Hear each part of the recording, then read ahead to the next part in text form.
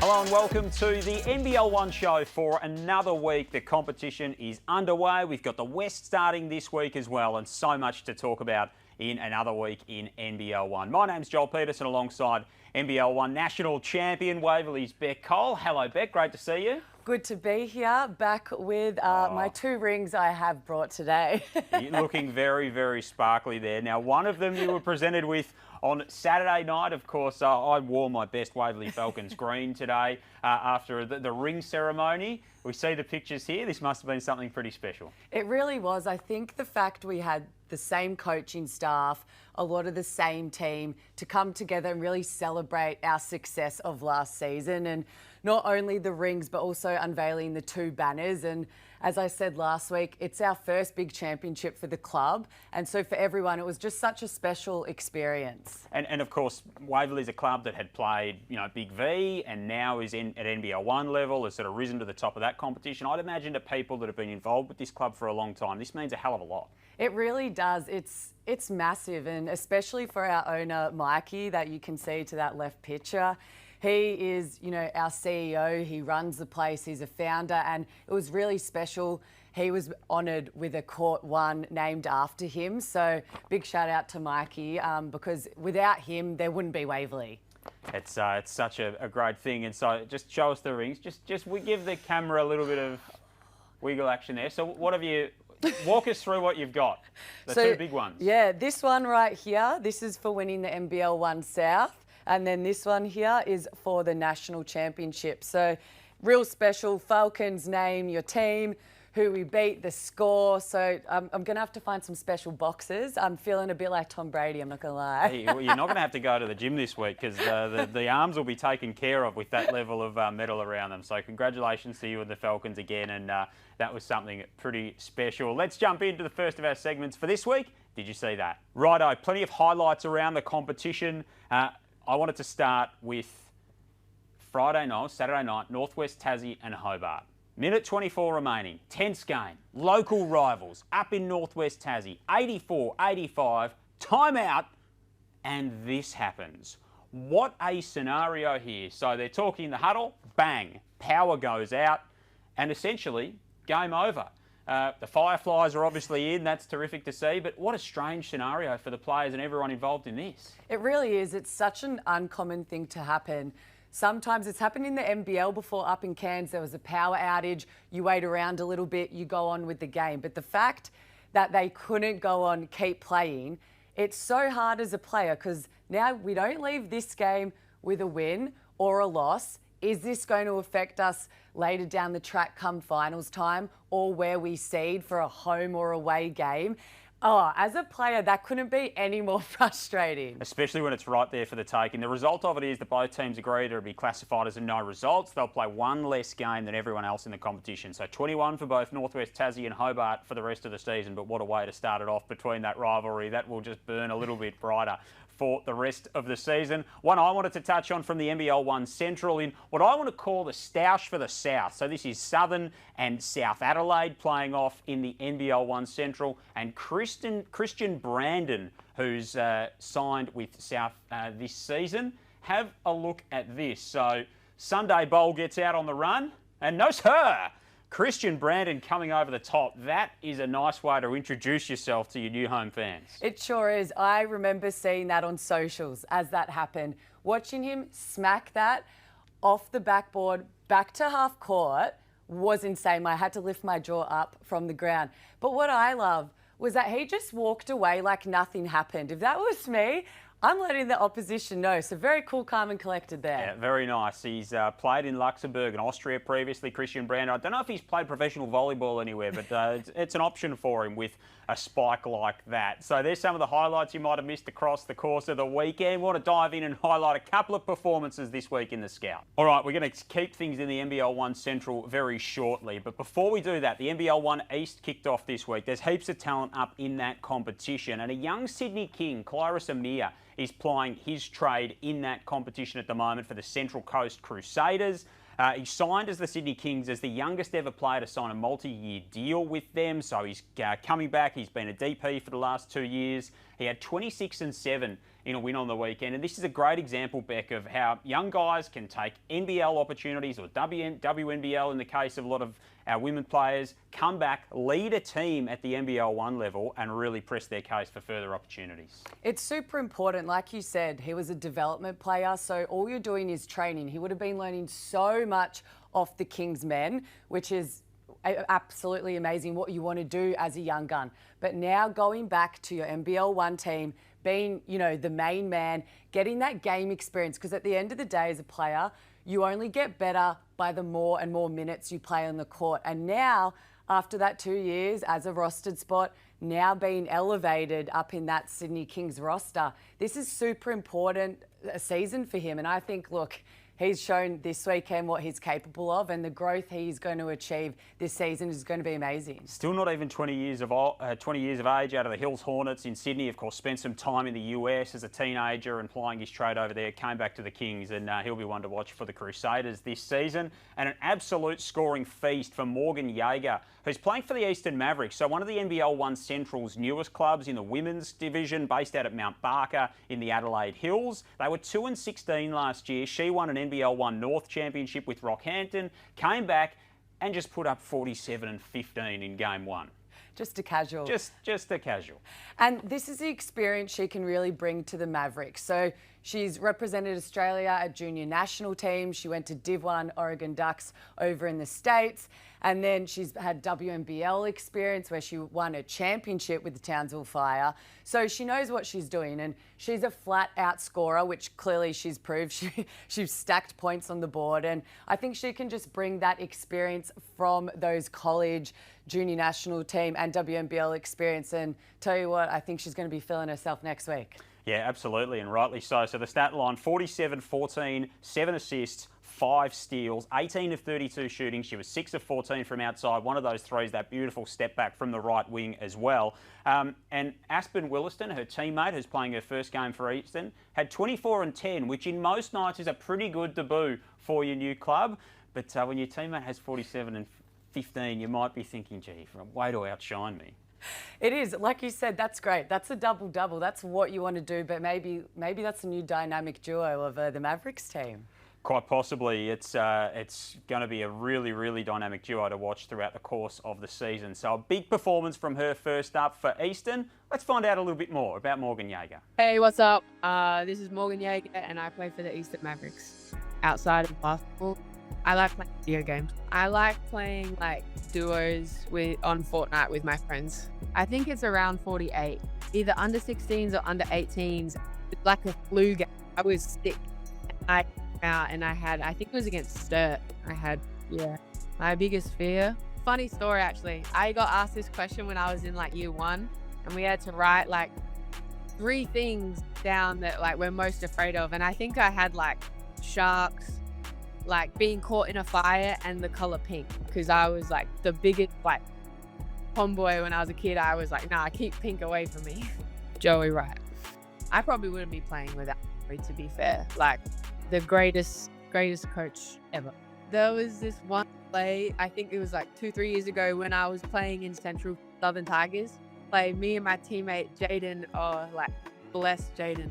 We like both went for a rebound, and we like both went and collided together and both missed the rebound. I remember it such a vivid like play. It was so funny. There's going to be some games we're going to be very competitive with all the best teams in the league, and yeah, we might have our like ups and downs, but I feel like if we can just stay as consistent as possible, I think we're going to be really competitive down the road. Hey, what's up guys? It's Morgan Yaeger, and you're watching the NBL1 Show. Great to learn a little bit more about Morgan. Joey Wright, a mentor, and won't be playing in pink anytime soon. I think that's fair to say. So a great start to her season, which is really, really exciting. Staying in the Central and in the women's competition, we spoke a little bit last week about Erin Phillips and her return to basketball. We weren't sure about how much she'd play. It's been 9 years. She's gone and done everything in the world of AFLW. And she rolls out and plays 35.5 minutes, Beck, fills the stats sheet up, eventually goes down in this game to West Adelaide. But it's just classic Erin, isn't it? It's so impressive, and for me, it's an icon of Aussie women's basketball, and she's back playing in the NBL1. Like, just how great is this? And she's had the experience of playing for the Australian Opals over many years, in the WNBA, the WNBL. Then she crossed codes to AFLW, won a best and fairest, and now she's back. And it's just, how exciting is this? Because so many players within this league would have looked up to her, and now some of them get to play with her. So for me, this is just iconic legend. Welcome back, Erin Phillips. As a guard of your vintage, was she someone you looked up to coming up through the ranks? She really was. What I love is she is, one, a competitor, and two, she just works so hard. Like, she grinds, and I feel like for me, that's something I'm very similar to. So yeah, welcome back, Erin. And if you want to learn and you want to get better at the game, go ask her questions, because she's going to be so open to that. And playing under a South Australian basketball legend, Vicky Doldie, as well at Woodville. And a shout out to Liv Levicki too. 25 and 16 in the win for West Adelaide is pretty handy indeed. Hey, a really good story coming out of Coburn in the West in recent times. One of their volunteers, one of their life members at Coburn, Jill, was recently surprised in a really fine style by our friends at Mitsubishi Motors. Let's take a look at that now. Jill. Yes. I know that you think you're here to film something for the Cougar family today. Yes. That's actually not the truth. As part of our partnership with Mitsubishi Motors Australia to launch NBL1 this year, we were giving away a Mitsubishi ASX.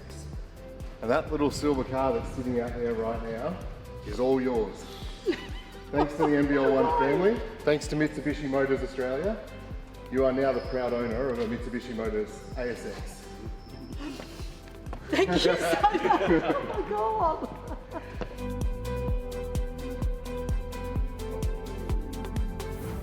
Oh, God. Pretty cool. Pretty cool, isn't it? Oh, I'm just gobsmacked. I cannot believe I've just... Wow. Absolute wow. How cool is that? Hey, Jill Smith from the Coburn Basketball Association, the winner of a brand new Mitsubishi ASX. So thanks to our friends at Mitsubishi, who do such a great work supporting all of Australian basketball, and volunteers, especially at the NBL1 level, Beck. They play such a role right across the country, in our cities and our regional areas as well, whether it be on the score bench, whether it be sort of ushering people to seats and that kind of thing, putting game days together, team managers. It's you know, a hugely important role to the way that our clubs operate. It's so important. They're honestly the vessel between the team, clubs and the community. I just think they provide such an inclusive atmosphere. And for me, they're the backbone of the NBL1. Without our amazing volunteers, like you said, the game day preparation, it wouldn't be on, and it wouldn't allow the players and the coaches be able to let us do what we want to, and that's to rock up, play the game of basketball that we love. So a big shout out to all the volunteers for all your hard work, and that's why it's so important. Say hello to everyone. When you walk into a stadium, it can change someone's day, just like Mitsubishi did for Jill. Yeah, absolutely right. So beautifully said, Beck, and well done to Jill, and thanks again to Mitsubishi Motors. So much action from week one in the NBL1 and in the NBL1. Let's take a look at our Amy top plays.